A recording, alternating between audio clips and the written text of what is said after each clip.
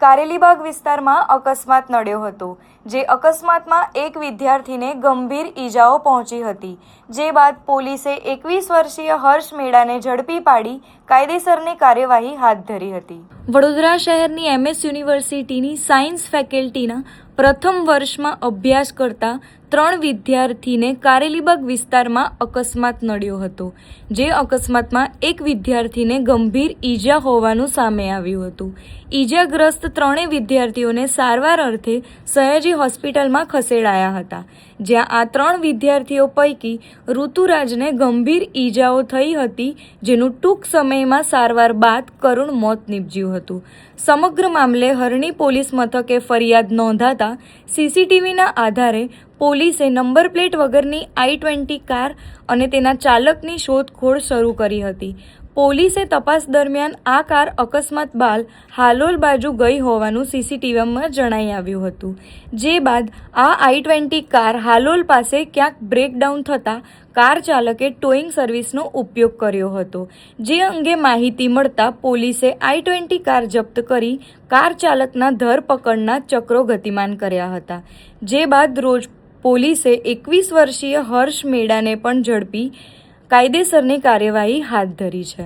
તારીખ 13/7ના રાત્રિના 1 વાગ્યાના અરસામાં એક અમિતનગર રોડ ઉપર 4 વ્હીલ ગાડી જે નંબર વિનાની હતી, તેણે 2 વ્હીલમાં 3 ચાલકો હતા તેને ટક્કર મારેલી અને હિટ એન્ડ રન કરી અને નાસી ગયેલો હતો। તેમાં સુજલભાઈ ચૌહાણ છે, તેણે પોતાની ફરિયાદ આપેલી હતી અને 3 વ્યક્તિઓને હોસ્પિટલાઇઝ કરવામાં આવ્યા હતા। એમાં ઋતુરાજસિંહ છે, સારવાર દરમિયાન એક્સપાયર થયેલ છે।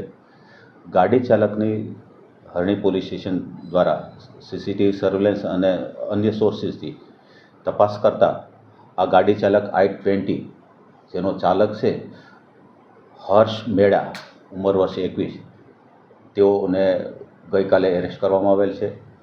પોતે ગાડીની ટક્કર લાગ્યા પછી સીધો હાલોલ તરફ ભાગેલો હતો અને ત્યાં તેની ગાડી બગડી જતાં ટોઈંગ કરવામાં આવેલી, જેની ઇન્ફોર્મેશન પોલીસને મળતા તેને ઉઠાવી લીધેલ હતો અને ગઈકાલે તેને એરેસ્ટ કરવામાં આવેલ છે।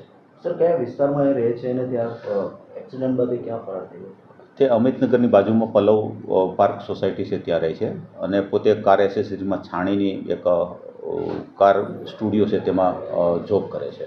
નશાની હાલતમાં હાલ નશો કરેલું જણાતું નથી, છતાં પણ અમે એનું વેરિફિકેશન કરવા માટે એનું બ્લડ સેમ્પલ લેવામાં આવ્યું છે, જે FSL ખાતે મોકલવામાં આવશે। એ સમયે રાત્રે ક્યાં ગયો હતો સર?